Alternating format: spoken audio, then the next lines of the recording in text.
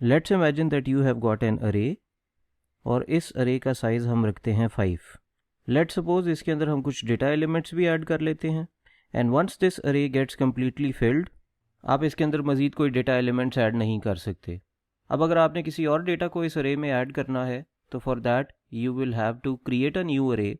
उसके अंदर one by one इस सारे के सारे डेटा को कॉपी करेंगे और फिर आप कोई एक्स्ट्रा एलिमेंट उस अरे के अंदर स्टोर कर सकेंगे।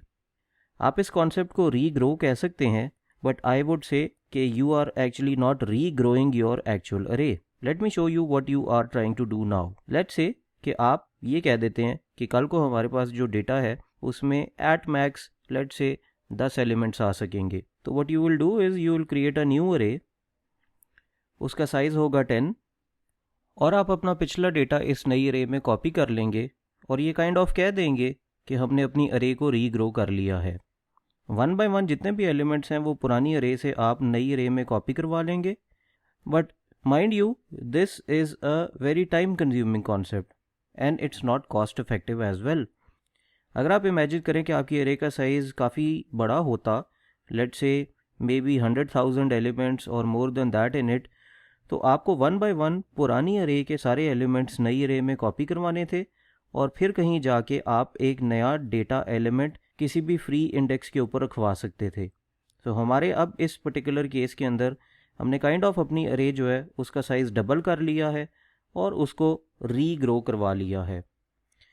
अब मसला ये है कि अगर हमारे पास 10 से ज़्यादा एलिमेंट्स आ जाते हैं और उसको हमने इस नई अरे के अंदर अगर स्टोर करवाना हो तो अनफॉर्चुनेटली हमें दोबारा इस अरे को रीग्रो करवाना पड़ेगा।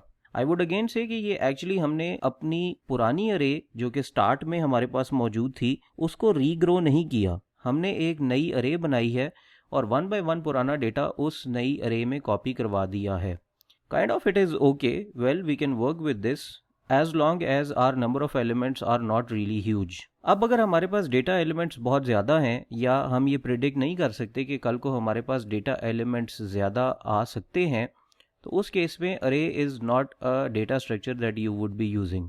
We would be going to another data structure and that data structure is actually linked list। Before going to linked list, let me tell you कि arrays are not bad। Arrays के ऊपर जो operations हैं वो आप बड़ी आसानी से परफॉर्म कर सकते हैं। सो आप किसी भी इंडेक्स के ऊपर आसानी जा सकते हैं। सो फॉर एग्ज़ाम्पल अगर मैं आपको कहूँ यहाँ पे कि तीसरे इंडेक्स के ऊपर जंप कर जाएं, तो ये हमारा पहला इंडेक्स है, ये हमारा दूसरा इंडेक्स है और ये हमारा तीसरा इंडेक्स है। What ever the name of this अरे इज़, लेट्स से इस अरे का नाम हम रख देते हैं ARR। तो इसके तीसरे इंडेक्स के ऊपर जाने के लिए हम यहाँ पे लिखेंगे ARR of 2। This is a very easy operation. ऐसा काम हम बहुत सारे और डेटा स्ट्रक्चर्स में नहीं कर सकेंगे, बट रीग्रो ना करवाने की वजह से अरेज के अलावा हम बाकी डेटा स्ट्रक्चर्स भी पढ़ना चाहेंगे। So the next data structure that we would be studying now is linked list. Linked list हमारे पास एक ऐसा डेटा स्ट्रक्चर है जिसका basic building block is known as a node. What is a node? Well, जिस तरह हमारे पास अरे में इंडिसेस होते हैं, इसी तरह लिंक लिस्ट के अंदर किसी एक डेटा को स्टोर करवाने के लिए हमारे पास एक नोड मौजूद होता है यहाँ पे। So what is a node? Well, it's nothing, it is just a combination of a data element along with the pointer to the next element. यहाँ पे लेट से 5 एलिमेंट्स को ऐड करवाने की कोशिश करते हैं।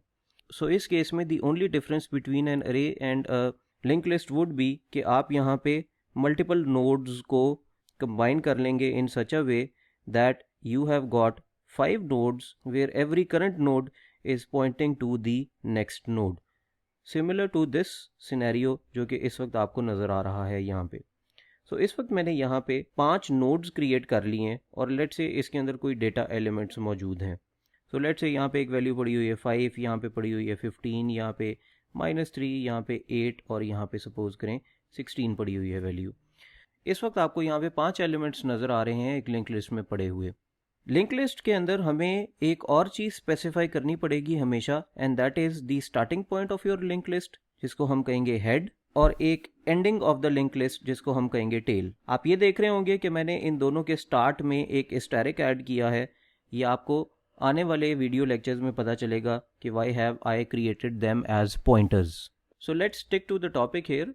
आपको शायद याद हो कि अरे में जब हमारे पास 5 एलिमेंट्स मौजूद थे तो किसी भी और एलिमेंट्स को ऐड करने के लिए मुझे एक अरे को काइंड ऑफ रीग्रो करना पड़ा, जिसकी वजह से मुझे एक नई अरे क्रिएट करनी पड़ी। लिंक्ड लिस्ट का सबसे बड़ा प्लस पॉइंट ये है कि यहाँ पे आपको पुराने डेटा को डिलीट करने की बिल्कुल भी ज़रूरत नहीं है।